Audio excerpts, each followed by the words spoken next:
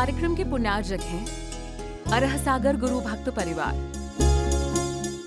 आप हर रोज पूजन में पढ़ते हैं, तुम बिन में व्याकुल भयो जैसे जल बिन मीन, और जन्म जरा मेरी हरो करो मोह स्वाधीन। पढ़ते हो कि नहीं? शुरुआत ही वहीं से होती, पढ़ते नहीं है। कभी तुम्हें भगवान के अभाव में छटपटाहट हुई कि आज पूजन नहीं कर पाए, आज अभिषेक नहीं देख पाई हूँ, आज अभिषेक नहीं कर पाया हूँ?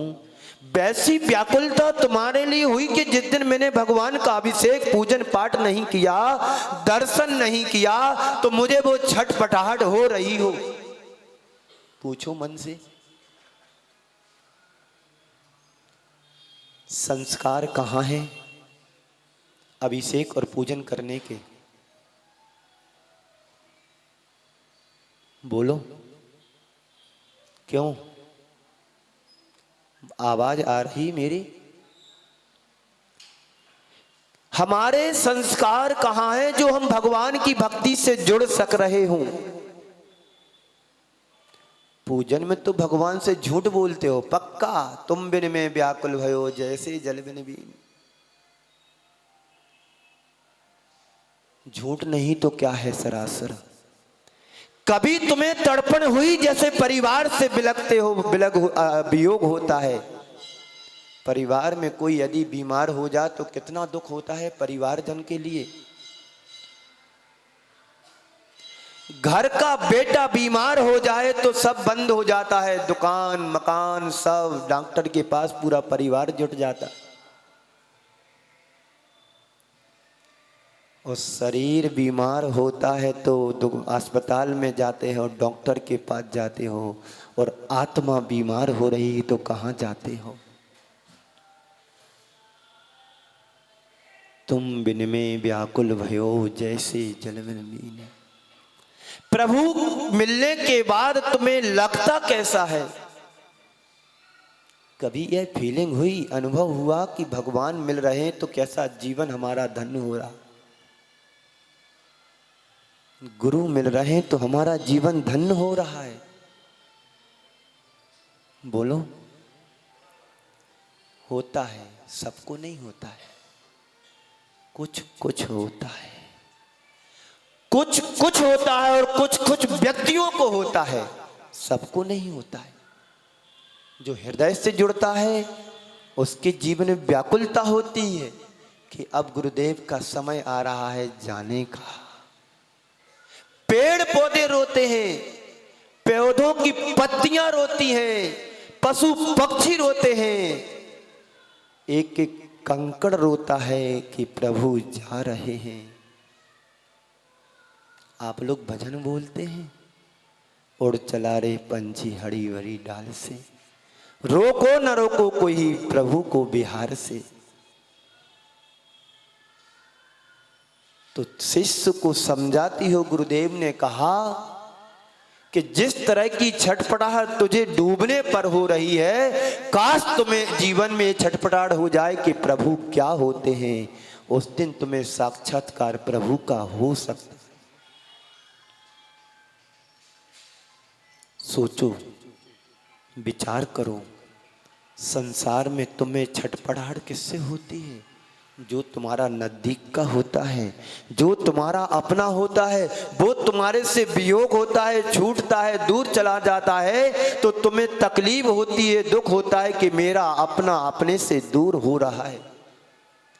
कभी तुम्हें ऐसा लगा कि प्रभु हमारे से दूर चले गए? हाँ हुआ था, एक को हुआ था,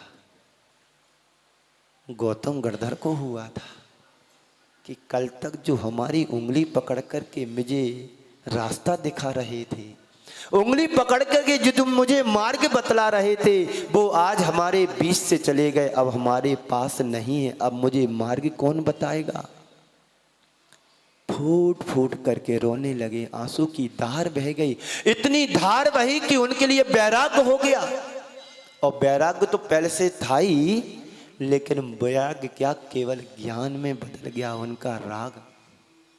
और तुम्हारा राग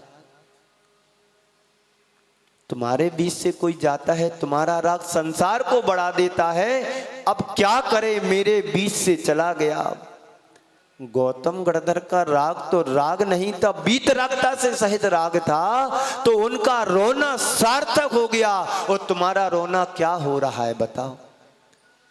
तुम्हारा रोना संसार का रोना ही रोना है। तो मैं कह रहा था कि जो तुम्हें मिला है उसे पसंद करो, और पसंद नहीं करोगे तो उपचार भी कोई दूसरा नहीं है। तुम्हें तुम्हारी भावनाओं से, तुम्हारी भावना से सब कुछ मिल सकता है, पर जो तुम्हें मिला है, तुम्हें तुम्हारा जीवन मिला है, तुम्हें तुम्हारा परिवार मिला है, तुम्हें तुम्हारे जो कर्मों से मिला है, संत कहते उसको बस स्वीकार करना शुरू कर दो, पसंद करना शुरू कर दो, तुम्हारा जीवन धन्य हो जाएगा।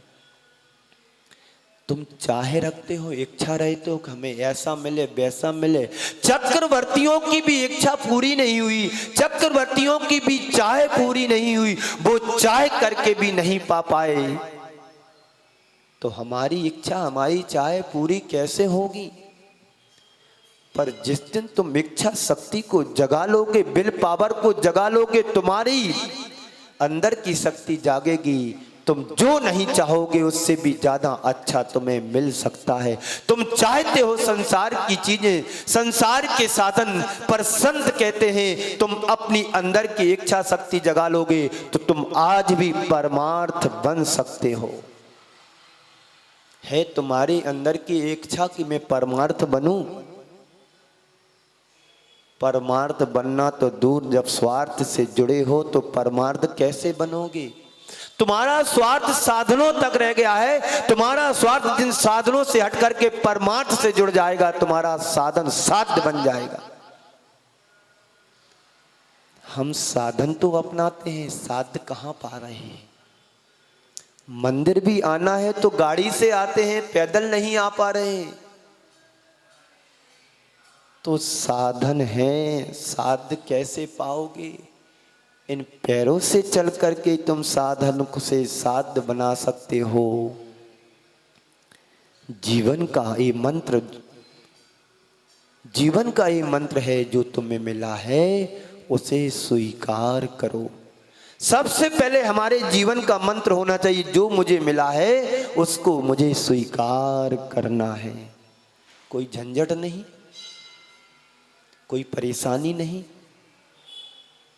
बोलो, जिस चीज को तुम चाहते हो खराब भी हो तो क्या उससे तकलीफ होती है तुम्हारे लिए? बोलो, कोई तकलीफ नहीं होती है। क्यों? तुम्हें पसंद है, तुम्हें स्वीकार है। अब मान लीजिए नीचे बैठे हैं, बैठे हैं, कैसा लग रहा? कंफर्ट लग रहा ना? कंफर्टेबल है कि नहीं? अच्छा लग रहा ना? कोई बुराई तो नहीं है ना? कोई किसी को कोस तो नहीं रहे मन में कि क्या गंदी चटाई बिछा दी है?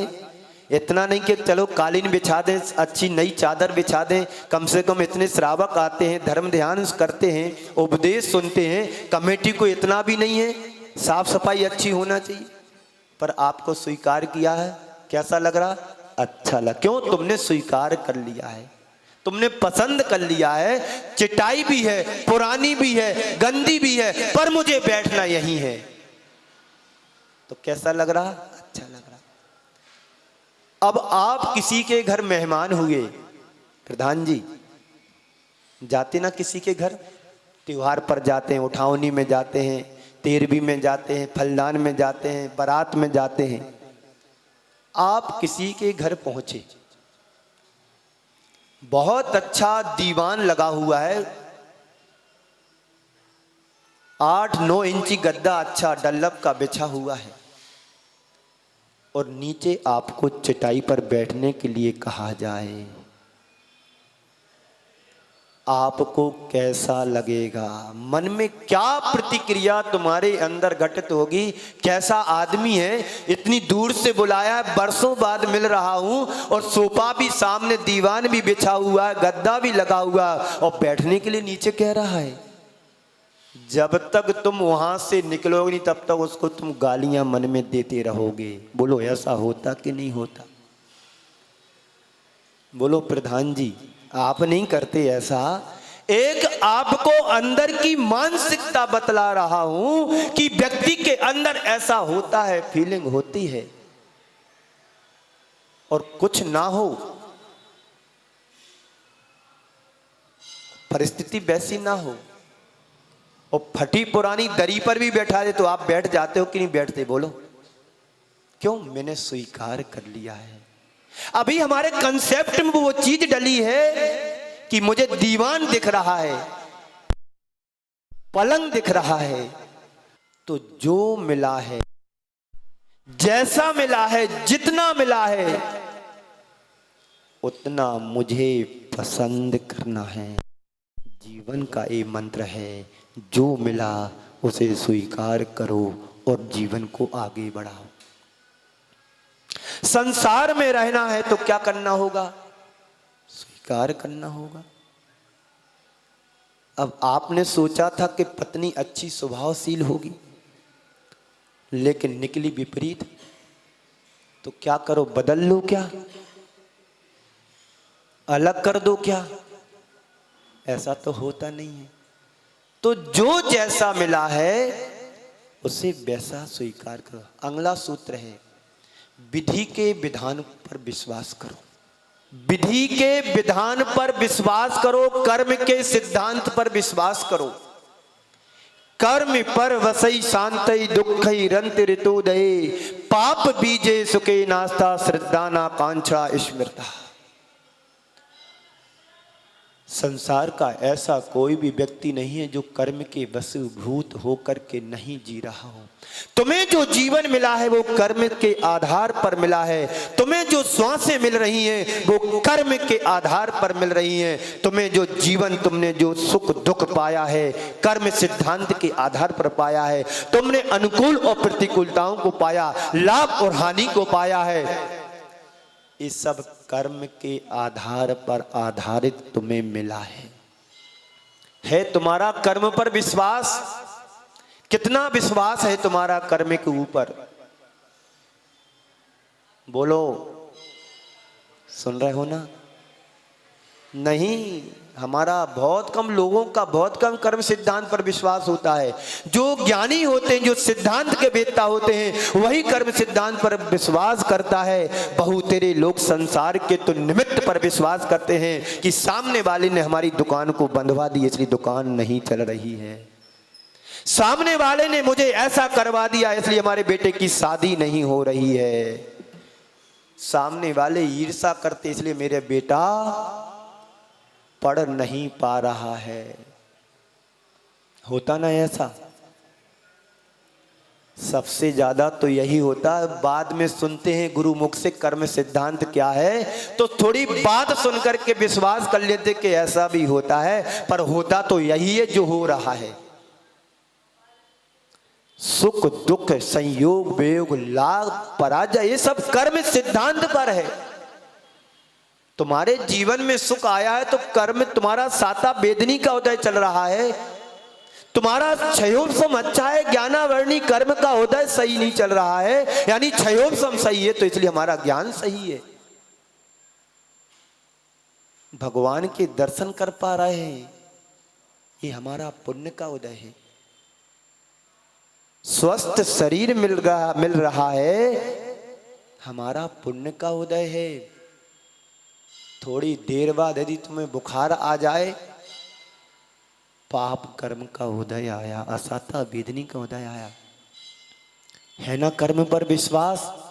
पर आबलों की दशा कैसी है? कैसी है? जितना विश्वास औरों पर होता उतना कर्म सिद्धांत पर नहीं होता, इसलिए हम परेशान हैं।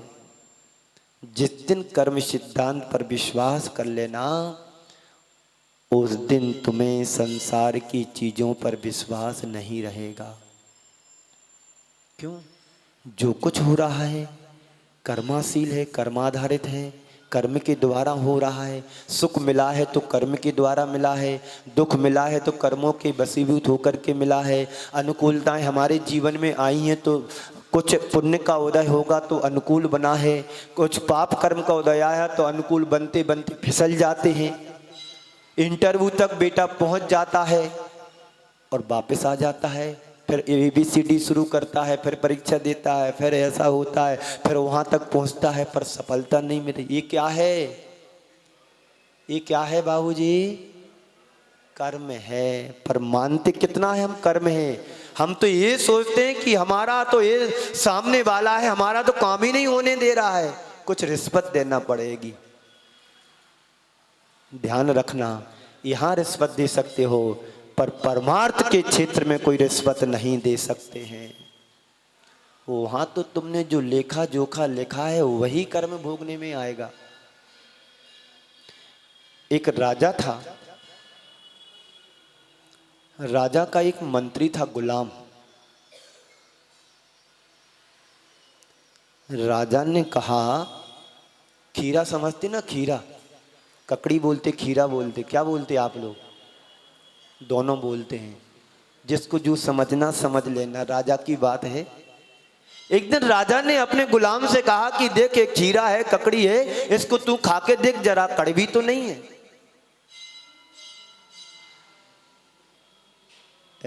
उसने, गुलाम ने ककड़ी खाई, बड़ी स्वादिष्ट लगी, मीठी लगी। राजा ने पूछा, बता भाई क्या लगी, ककड़ी स्वादिष्ट है कि नहीं? हाँ बिल्कुल राजन, एकदम स्वादिष्ट है, मीठी है, बहुत सुंदर है, अच्छी है। अब क्या था? वही ककड़ी राजा ने खाई, एकदम जहर हो गया मुख में। गुलाम को डांट लगाते हुए कहता है, राजा क्यों, कितनी कड़वी ककड़ी है, तेरे को पता नहीं कि ककड़ी कड़वी है? बोल नहीं सकता था। अरे राजन, मैंने तो ककड़ी खाई तो अच्छी लगी, मीठी लगी, वही ककड़ी तो मैं खा रहा हूं, कड़वी कैसे हो गई? तो गुलाम क्या कहता है पता है? गुलाम कहता है, राजन, जिन हाथों से मैंने हमेशा मिठाई खाई है, यदि कड़वी ककड़ी भी मुझे मिल जाएगी तो क्या मेरा कुछ बिगड़ने वाला है? मुझे कड़वी में भी मीठी मिठाई दिखाई दे रही थी। ये दृष्टिकोण हमारा होना चाहिए। जिन हाथों से तुम रोज भगवान का प्रक्षाल करते हो, उन्हीं हाथों से यदि किसी की सेवा में आगे बढ़ा दोगे तो क्या होगा तुम्हारा? इस कार्यक्रम के पुण्यार्चक थे अरह सागर गुरु भक्त परिवार।